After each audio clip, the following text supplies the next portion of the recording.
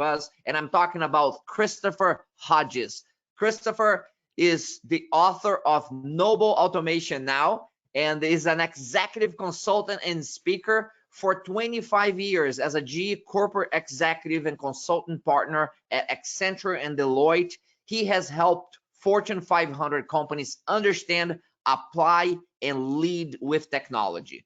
He works with business leaders to successfully embrace intelligent automation while inspiring and retaining the top talent that's fleeting today. So, Chris, what a pleasure to have you with us. Thank you so much for taking the time to share your expertise and your wisdom with our global audience today. Jose, thank you very much. I'm hoping you can hear me when I stand this far back. The sound should hopefully work for you. We hear sound clear, so it sounds great. Fantastic. Okay, well, let me just say to everybody, thank you for attending today. But more importantly than that, thank you for being in this, ecosystem of people who are trying to make businesses, processes, and innovation really so much more important in the world, because it drives us all forward. So we're all in that club together. It's a fairly large club, so we probably won't know everybody's name. I'd like to start my presentation here. Jack Welch had a small problem, which meant that I had a very big problem. But I'm getting a little ahead of myself, because this story is about technology adoption, and it's about leadership, and it's about how do you get the most out of the young people on your teams and your whole team, yourself if you're the team leader. How do you get the most out of that? And it starts with a boxy green Volvo. Well, okay, not quite this boxy, but I'll get back to that. It was 1996, and I was leaving the United States Navy, my last tour in the United States Navy. And those of you who think about the Navy, you might think of something romantic like this fantastic ship in the sunset.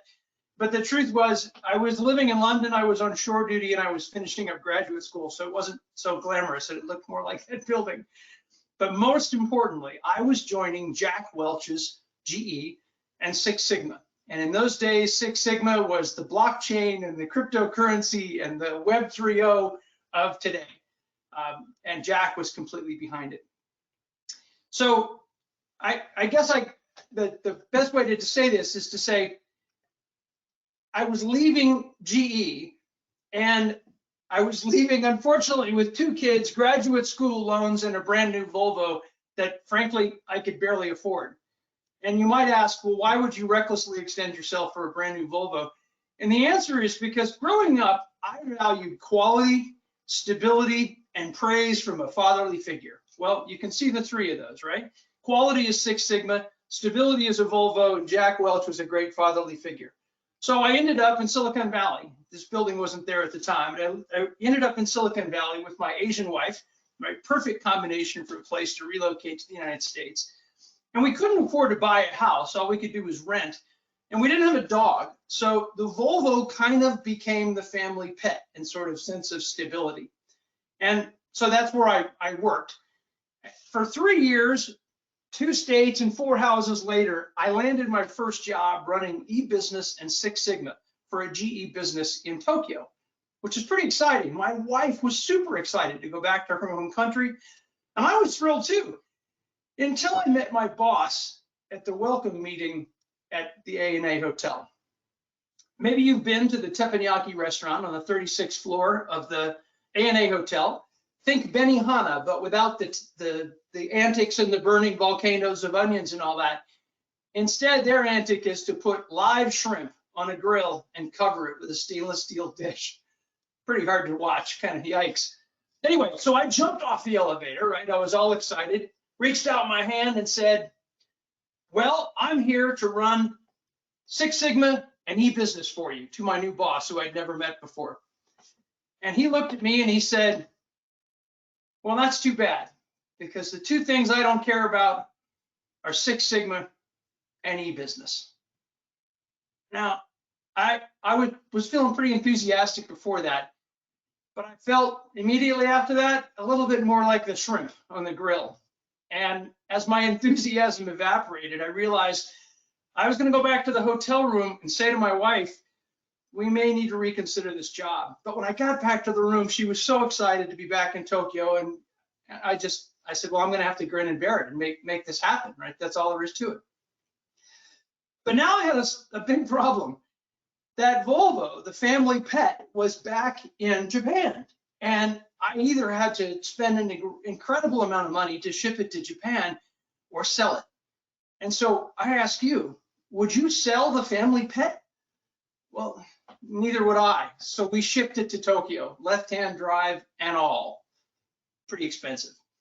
Anyway, so by day, I thanklessly worked to implement Six Sigma and e-business. I loved it, but it was thankless given the boss I had. And on the weekends, we could drive all around Japan in the Volvo. It was fantastic. So about a year later, Jack Welch announced that he was going to hold court on all the businesses in Tokyo, or in Japan, at the Tokyo Four Seasons Hotel. That's pretty exciting. And my boss begrudgingly gave me 2 pages and 5 minutes to talk about everything I was doing. Can you think about an opportunity where you only had 5 minutes to sort of save or ruin your career? Well, that's kind of how it felt for me. So on the big day, Jack sat in the middle of a conference table like this. Actually, this is from that hotel. And everybody came in and talked to him about their various parts of the business. So mid-morning, Jack turns over a page in the presentations. He always had a paper copy. And he looked at me and he said, okay, Chris, what do you got? And this is what it felt like. So the next 5 minutes went by with blurred, tunnel vision focused on his face. And I quickly tried to present the work that we were doing in both those areas, specifically our first electronic document approval process. Think of intelligent automation 20 years ago, very simple project. And I got to the end of my 5 minutes on time, and Jack asked 2 very tough questions. The guy was insanely insightful. Take a deep breath, and I got him right, which was fantastic.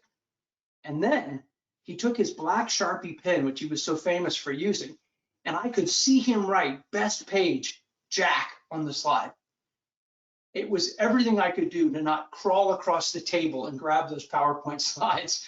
Can you imagine, right? But I didn't want to end my career, so I didn't jump across the table. So when the meeting ended, I got up to leave, and I had to walk, out of this room, and I had to walk sort of whisper close to my boss. And he didn't even make eye contact. So there I had made this big effort to make my part of the business and his job, frankly, look good. And he couldn't even say thank you. So all that international glamour of Tokyo and everything, it's meaningless if nobody cares about what you're doing, right? Think about that, where we are in some of the places with bosses and in intelligent automation. So what I said to myself as I was leaving the room, I'm never going to let this happen to anyone else if I'm in that situation. Because Jack, now I found out, he was sold on quality in e-business, but some of his leadership team was not. So Jack's problem had become my problem. So I left GE a few years after that. And what I took with me was a burning passion for quality, innovation, and people. And along came intelligent automation years later. So some things have changed between then and now. Many things, aside from my hairline, have changed between then and now. And one of the things that's changed is what used to just be the end of Indiana Jones and the Raiders of the Lost Ark is now the global supply chain, chaos all over the place, things stuck in piers and ports and whatever. But a more important thing that's changed is the workforce. The workforce now looks and acts and behaves very differently. And the up and coming young people who are going to make these companies happen and go forward and drive progress are now more Gen Zs or millennials. And guess what? Millennials, as we all know, and some of you on this call are millennials, they don't put up with the kind of garbage some of us put up with years ago. When they don't like it, they just leave. They just walk out the door. They demand a better boss. Another thing that's changed, that little document approval process we did pales in comparison to what the levels of intelligent automation and AI and robotics can do today. It's exponential difference. Another thing that changed, Jack left, his successor struggled, and the new CEO of GE, guess what he's focused on? Transformation, process improvement, and innovation. So the world has turned full circle. But some things are still the same. And as you all may know, McKinsey conducted a study in 2019 that is the benchmark in this area, and it shows that 70% of all transformations fail. and we're doing transformations faster. So what that means is we are destroying value faster than we've ever destroyed it before. Think about that. That is really not a good place to be. And another thing that unfortunately is still the same is there are millions of young people and millions of mid-career people all over the world who are miserable in their jobs, desperate to be heroic, but instead living lives of quiet desperation, as Henry David Thoreau would say. And why is that? Because there are still far too many bosses like my boss in Tokyo. So what does all this mean? What is the implication? Well, my thought on what the implication is, it's very clear. The world still needs transformation. We're not on this call, we're not watching this downloaded later for no reason. The world desperately needs transformation. And humans long to be heroes. So combining those two, critical opportunity. Well, why should anybody care? Well, aside from what I've already said, people are resigning and just disappearing out of the workforce. So unless you plan on resigning tomorrow, you're gonna show up to the office post-COVID and there's not gonna be anybody there, or the people who are gonna be there are not necessarily the people you want to be there, unless we can help people rise to the occasion and have more meaningful, engaged jobs with intelligent automation. What we need people to be able to do, and it's what they want to do, is to be heroes in large or small ways. Well, what do I mean by a hero? Well, you don't have to fly through the sky and have X-ray vision and have a cape. A hero is a person who realizes more of their potential than the average or normal person around them. But more importantly, they're conquering their own lesser selves. They're transcending the limitations they had before. And that's what makes us feel wonderful. So as an expert, there's a definition. So as an expert in this space, a man named Joseph Campbell, who died about 20 years ago, when he died, he was the leading world authority on mythology. And he wrote several books, but he wrote a book called The Hero with a Thousand Faces. And what The Hero with a Thousand Faces was tracing the mythology of cultures all over the world: Navajo Indians, Russians, Chinese, Japanese, all these tribes, the Inuit Indians, all these different tribes in all these different countries. And what he found was the hero's journey is a story that was in all of those cultures. Well, why is that? And what is this hero's journey? Well, you know this hero's journey. You know it from some of these movies. You know it from many books as well. But think of what happens in The Hobbit, or The Bourne Identity, or The Matrix, or Harry Potter. All of these films are based on the hero's journey. And of course, Star Wars is based on the hero's journey. But before you think I'm just talking about movies and books, there are, of course, real heroes in the world out here who have followed those same heroes' journeys that you find in those movies. You may know almost everyone on that screen. There may only be one person on that screen I suspect that you do not know, although you may. Her name is Sunita Williams, and she is the only classmate I have from the Naval Academy in Annapolis who became an astronaut. And she has spent more days on the International Space Station than I have spent on an aircraft carrier. And I know, as an Indian woman growing up in the United States, she overcame quite a few barriers and limitations in a pretty much all-male world in NASA to become an astronaut. She's kind of a hero for our classmate, our class. But what about you and your company? What about the hero's journey for you and your company? And what I'm suggesting is everyone has the opportunity to take that hero's journey. So what's the hero's journey look like? Well, here's a very quick summary. I'm not going to go through this slide because there's too much on it, but I wanted to tell you that the hero's journey itself has several pieces as it goes around. It starts at the top of the clock and goes around as if time is going. But I thought I'd show it to you in a simplified way that would make it much clearer. And of course, you can go back and look at the slide later. So the hero's journey is 3 basic phases.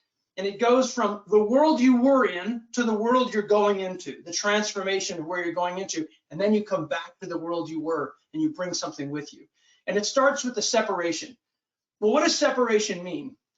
It means separating and realizing that the world you're leaving behind is different. So think of Neo in The Matrix. He has to take that red pill. If you haven't seen The Matrix, he takes the red pill, and when he takes it, he realizes the world is completely different than he thought it was before. Or Harry Potter. Harry Potter gets a bunch of letters in the box, these magical letters that tell him he's going off to Hogwarts to become a wizard. He had no idea he was going to become a wizard. Or in a sad story, Luke Skywalker comes back and finds his home ranch burned to the ground by the Empire. That is separation from the old.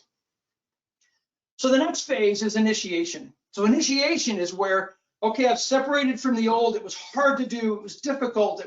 I didn't want to leave that warm bed or warm place. And now you learn these new tricks and things that you're actually going to do. Well, think of an example of that.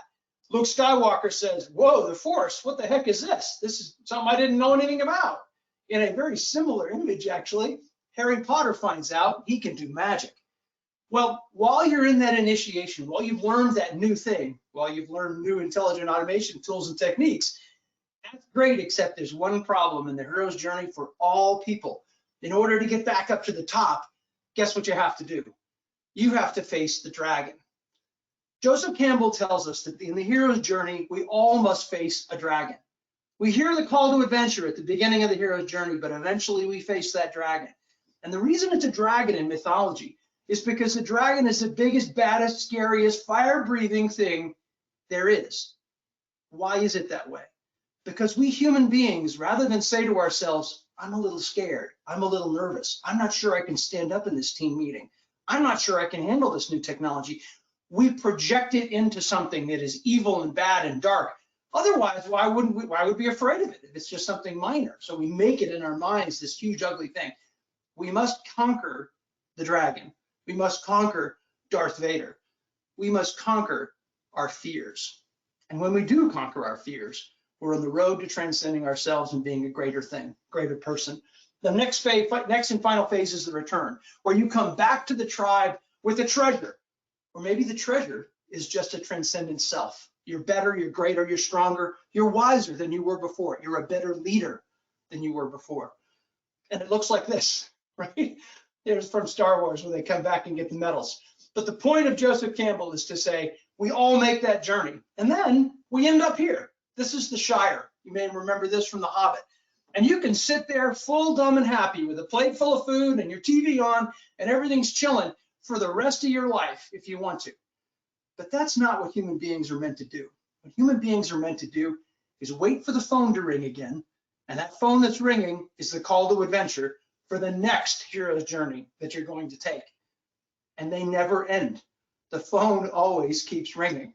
So you get a little moment back in the Shire and then you move on. So now let me roll forward to 2017, Stockholm, Sweden.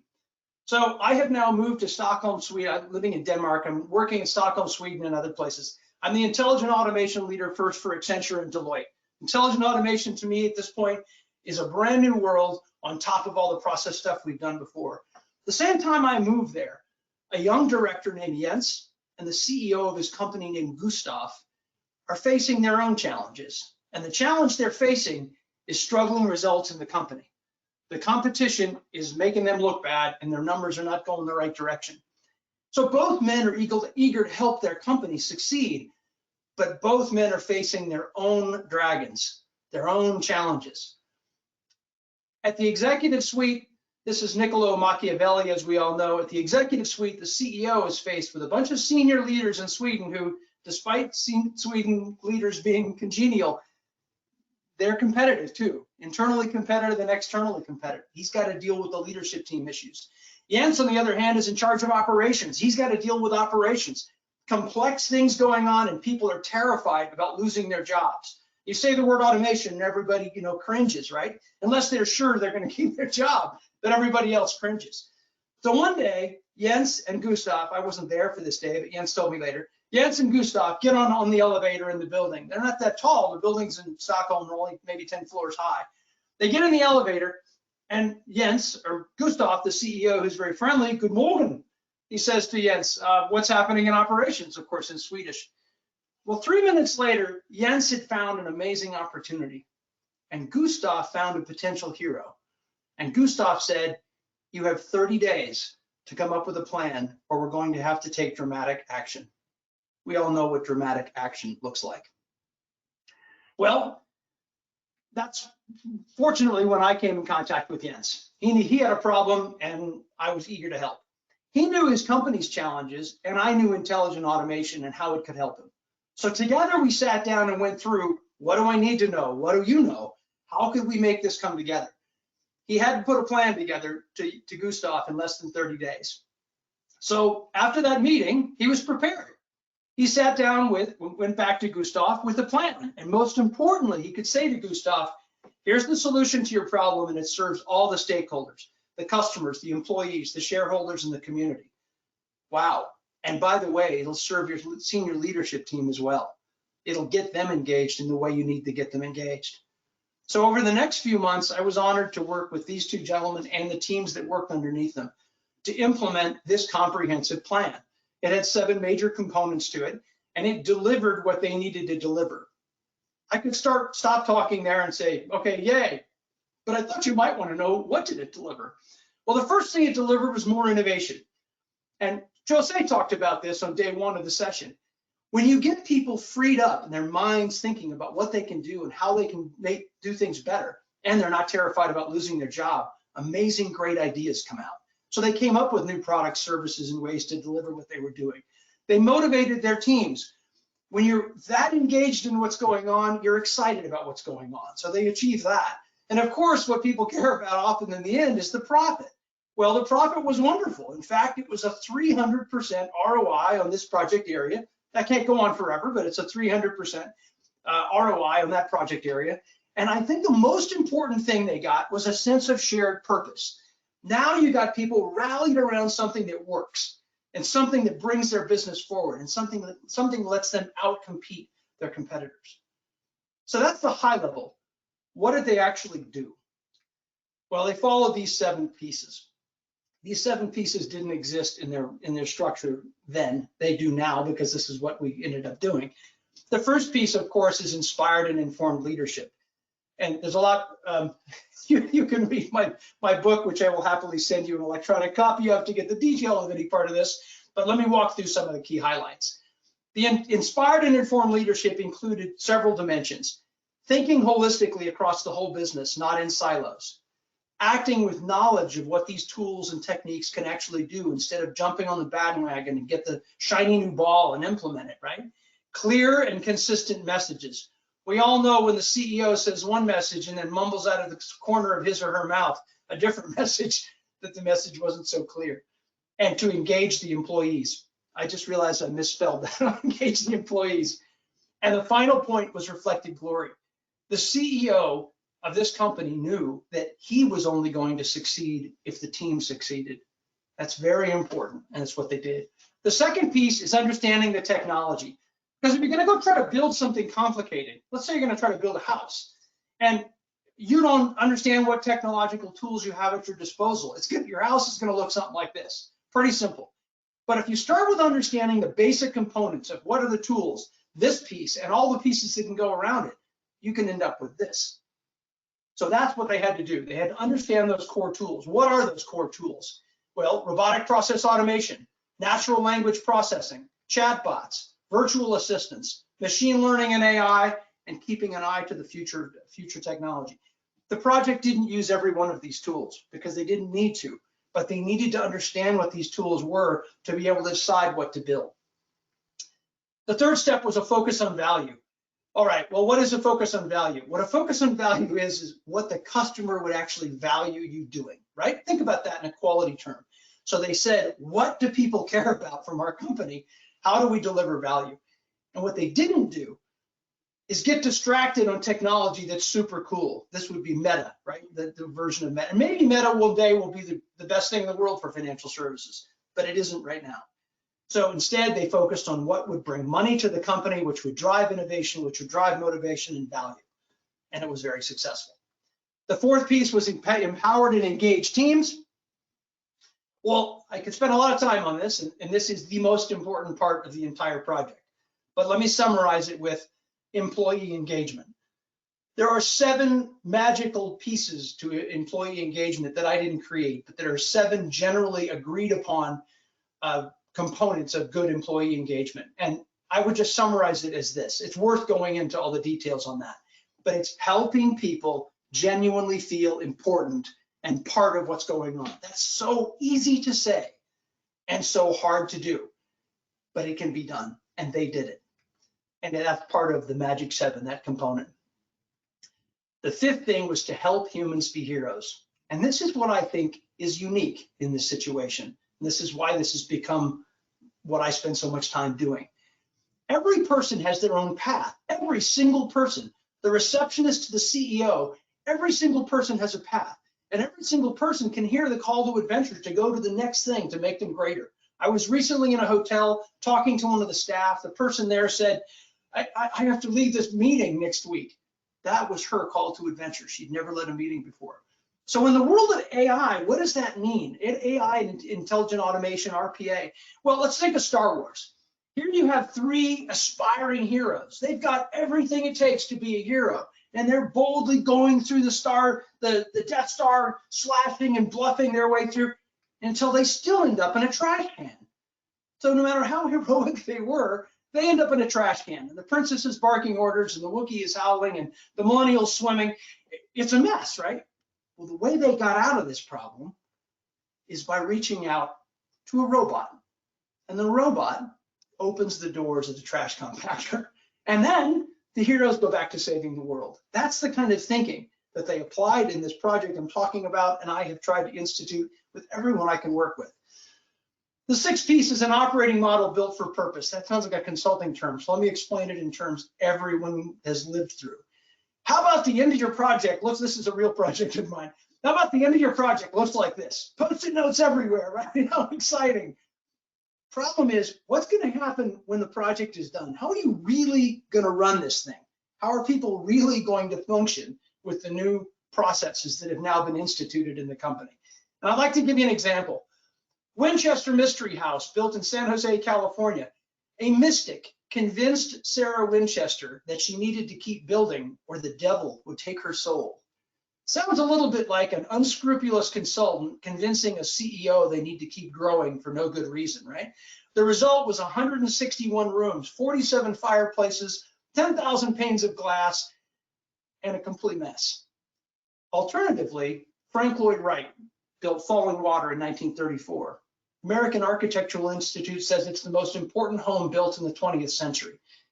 And the big difference between it is, Frank Lloyd Wright said, I never design a building before I've seen the site and met the people who'll be using it. In fact, he spent 2 years visiting the site before he actually knocked out the plans in a very short period of time, if you don't include the 2 years. So what I think is really important to think about this in your business, you really need to know what people are going to do with this thing that you build. So here's my favorite example. Some people look at this house and they say, wow, look at that stairway leading down to the water. Isn't that awesome? Yeah, well, there's a purpose in that stairway. That stairway was built because Mrs. Kaufman liked to skinny dip in the river. I kid you not, that is why that staircase was built. That is understanding what your customers want and how they're going to use it and how your colleagues are going to use it. So I think maybe we can be more like Frank Lloyd Wright. And the last one was aligning incentives and culture. I'm going to summarize this in 1 page. There's a lot more to it to get it done, obviously, but think of Charlie Munger from Berkshire Hathaway. Show me the incentive and I will show you the outcome. And that's what he did. And that's what they did. So those are the 7 steps that make up what I now call the Noble Automation Now method, because over the years, I put all this together and said, wow, this is repeatable. So you say, well, those are a lot of 7 steps. Let me ask you a question. Which set of steps do you want? The ones on the left or the ones on the right? Well, the ones on the right are made out of marble. They're beautiful, right? But the ones on the right are not finished.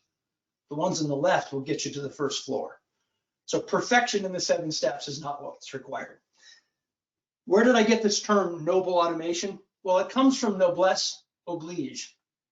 And that means the responsibility of privileged people. That means we leaders, we team leaders, we business leaders, to act with generosity and nobility toward those who are less privileged. And why do you do this? Because of some social justice thing? No, because the best way you treat people is the best way the enterprise goes forward, and that means you too. So everybody benefits. It's not a charity event. It's about how to make a company great, how to treat the people in your company great.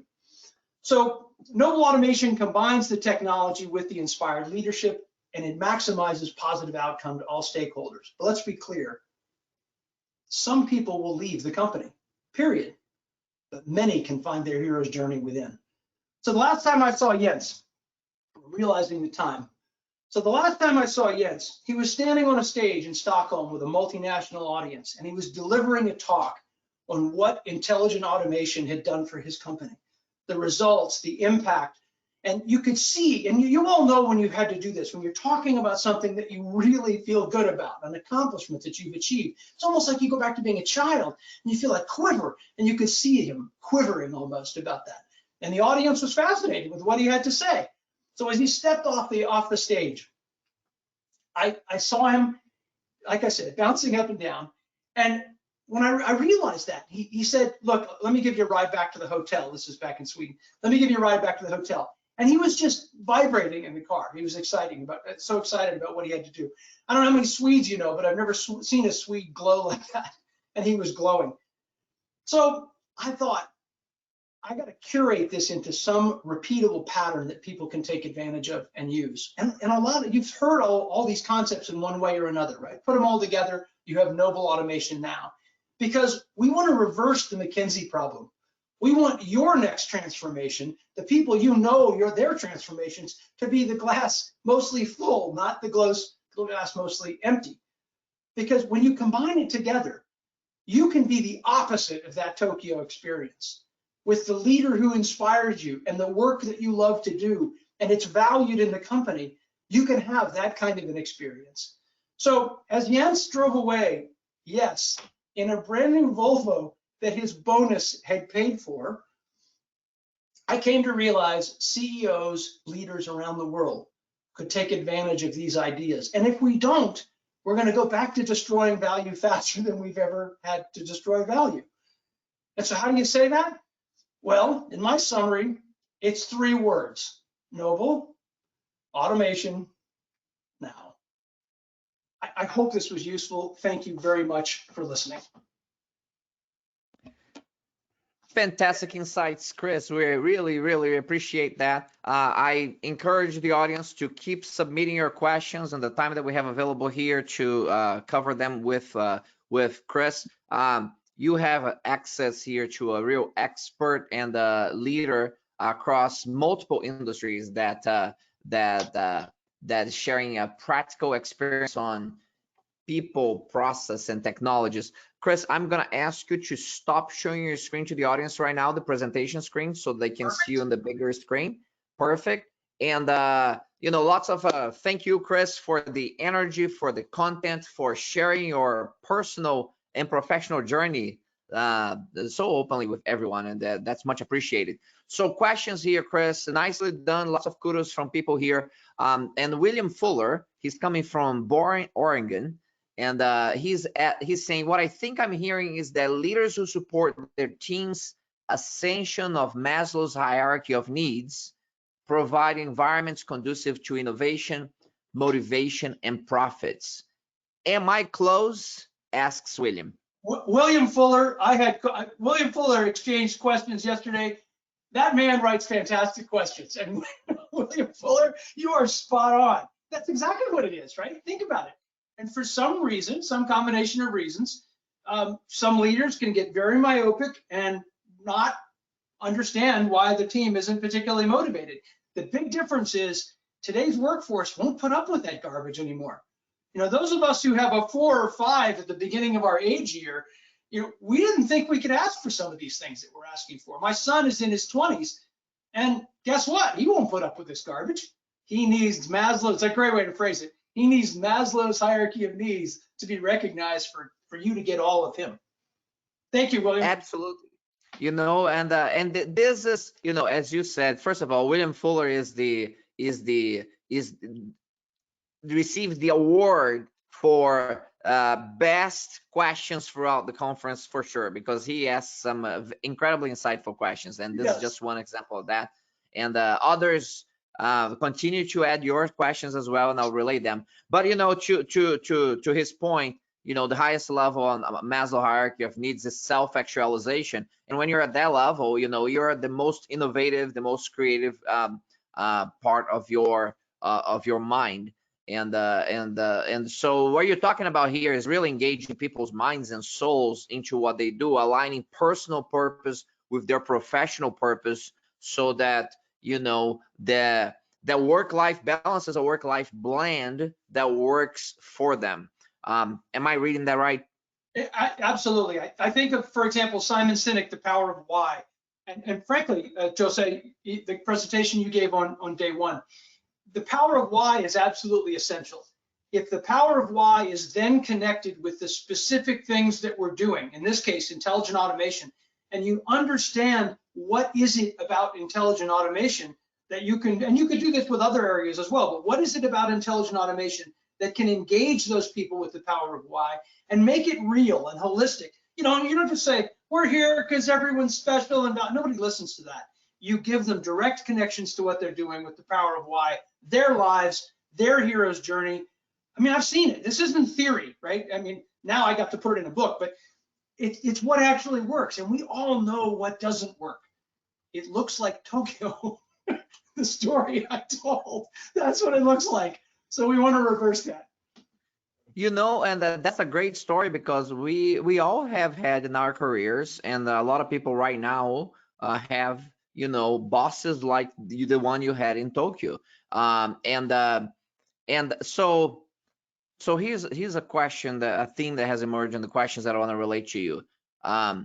What do you do when you're stuck with a boss like yours? I mean, how you know? I'm thinking now from the professional perspective. What does a professional do when his or her boss is like yours? You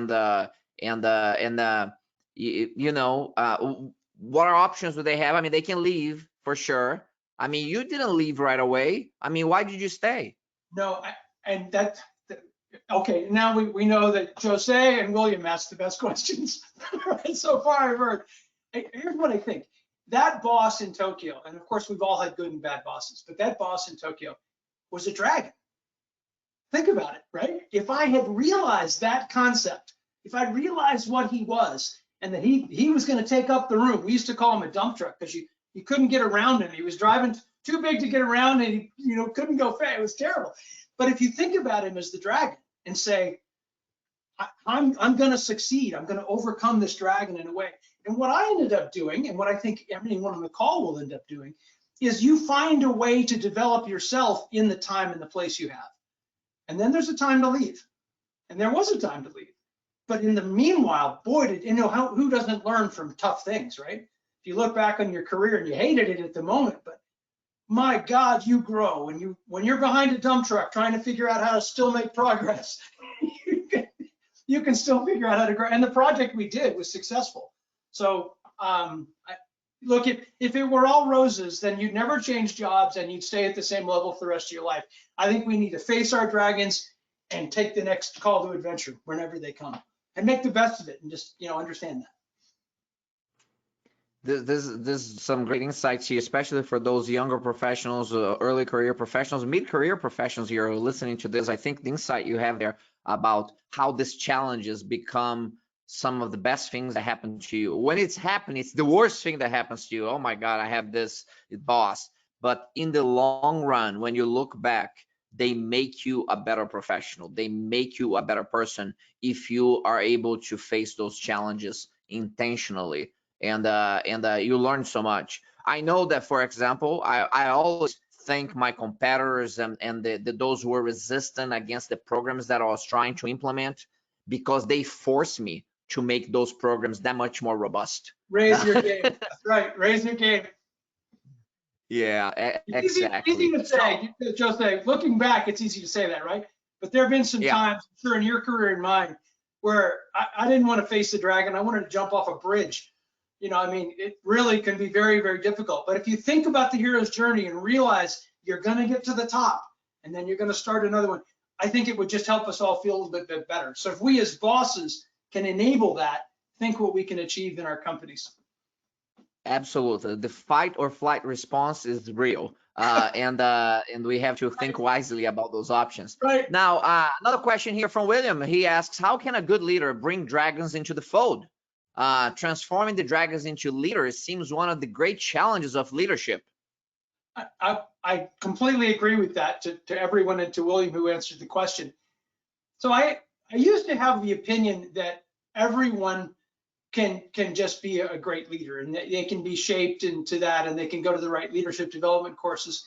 And the truth is, I think some people can, and you can see who they are. And then there are some people who are just on this planet to irritate the rest of us. And I mean, they're psychopaths, there are all kinds of things, right? They stay the dragon. So I think I was talking to the head of leadership and development for JP Morgan, and her opinion about that was very clear. They make a very clear distinction. They have some criteria they look at and say, are they open to feedback? Do they respond? In a private environment, will they tell you what their development needs are, or at least recognize some of them? And if they don't do those things, you know what the decision they make? But if they do those things, they go, this person is coachable, right? So I think the ultimate question, if you're a leadership coach, and William, I think, is doing some of that as well, I'm not sure, but if you're a leadership coach and your client is unhelpable, I think psychiatrists would call it, they have a character disorder that can't be cured. But most people have some degree of openness to development and change. So that would be my answer to that. That's so real, because the as the question implies, and I know you have discussed this already, when you create value and you engage these leaders, some of them will come around and they will change their mind. But by all means, you need to know the difference between a leader that you can bring along and what you describe as this immutable dragon that I call the energy vampire. Energy vampires are real, and when your boss is an energy vampire, right, you do not want to interact. If you get isolated with them in a room, they'll suck your soul away. So you need to just let them die a slow death in a dark cubicle somewhere and find another path. Yeah, Trying to convince the people is like right, wrestling pigs in the mud, and you're just gonna get dirty. I completely agree. Yeah, and I think that's an important concept, because I think people sometimes try too hard to convince the resistance that they should come, the leaders who are resistant, that they should come on board, and that can really be a waste of energy sometimes. But all right, so let me reframe here and come back to the central topic of noble automation. The concepts that you discuss here are very very important. And I think both of us and many in our audience have experienced that they are that they work if they are done in the way that you prescribed here.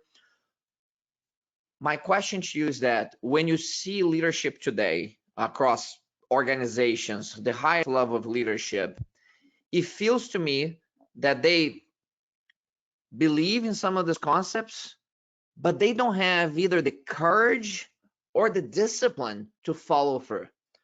Curious about your perspectives. Are we lacking courage in our organizations to follow through on some of these things? Why are leaders at the highest level so insecure about these things? Yeah, you said the insecure piece. So let me tell you how this went about. I reached out for another project. I reached out to several hundred Fortune 500 CEOs and CHROs. And I was working on this research project. And then I started formalizing my book. And I went back to these same people. And I interviewed for an hour each, and then a second follow-up interview, 14 CEOs or CHROs from these top-tier firms. I hear people say they interviewed 1,000. No, they didn't. You can't interview 1,000 people. You have an hour-long conversation. You don't do that with 1,000 people, right? And what I found in every one of them, male, female, whatever the country was, whatever the industry was, and there wasn't every industry in the world, there's only 14 people, is that there was a level of confidence in these people and humility. And these are really senior people, right? So Brian DePerot, who ran AIG for years, was one of the people who I interviewed. And this is this rough and tough Western cowboy insurance leader that's done this stuff for 50 years. He's the god of insurance. And my God, he was a humble, confident, secure man, right? Alan Kohlberg, CEO of Assurant. Raina Moskowitz, who's the head of people for Etsy. These are just stable, confident, secure, humble people, right? They knew. You didn't see that bravado stuff, even from Brian, who could have had all the bravado in the world. I interviewed him on his ranch somewhere in Texas. It was like that show Yellowstone. totally humble, rock solid leader. So I don't know, I think that's what it is, Jose. That the people who are like that, the people who are full of themselves and are insecure and I mean, who's not insecure about something, right? All the leaders I interviewed were insecure about something, but that's where the humility comes into place. So what I saw in that pattern was confidence and an ability to be humble enough to know what they didn't know. As a matter of fact, I had Roger Crone, who's the CEO of Leidos, and he said to me, the reason I'm talking to, I asked him this, they said, why are you talking to me? He said, the reason I'm talking to you and the reason I want these ideas in your book, which are in my book, is because it's what I wish I'd known getting to this job. I didn't have to do some of the things I did. I didn't have to be some of the ways I was. It was not helpful. And I want the people who are coming up. And here's this guy, like he's king of the world in his space, right, in the DC area. So that would be my takeaway. We can all bow in deference to the humility and confidence of those leaders and look for them and try to bring it out of the ones who don't show it completely. Excellent, Chris. Thank you so much for sharing your wisdom and expertise. One final quick question here, because we are a bit over time. What is the best way for us to connect with you, to get a copy of your book, to learn more about what Noble Automation looks like? Fantastic. Noble Automation Now is my website. I will send anyone on this conference who sends me an email, let's say, so it's not the thousands of people in the community, but if the people who are on this call, if they would like an electronic version of my book, I will send it to them. But I would be deeply in your debt if you will go to Amazon and buy it and then write a review. The money's not the point, the review is. So I'll be happy to send you a review. So Noble Automation Now, send me an email directly, chris@nobleautomationnow.com. That's terrific. And for those of you who are logged on as well, check out the LinkedIn post. I have Chris' name in the LinkedIn post. You can click on it, connect directly with him, thank him publicly for what he's doing, sharing his expertise with us. Thank you so much on behalf of our global community with nearly 800,000 subscribers now who are going to be consuming this content over time. We're so grateful for your generosity in sharing your wisdom and expertise with us. Fantastic. Jose, thank you very much. Happy to have you back, by the way.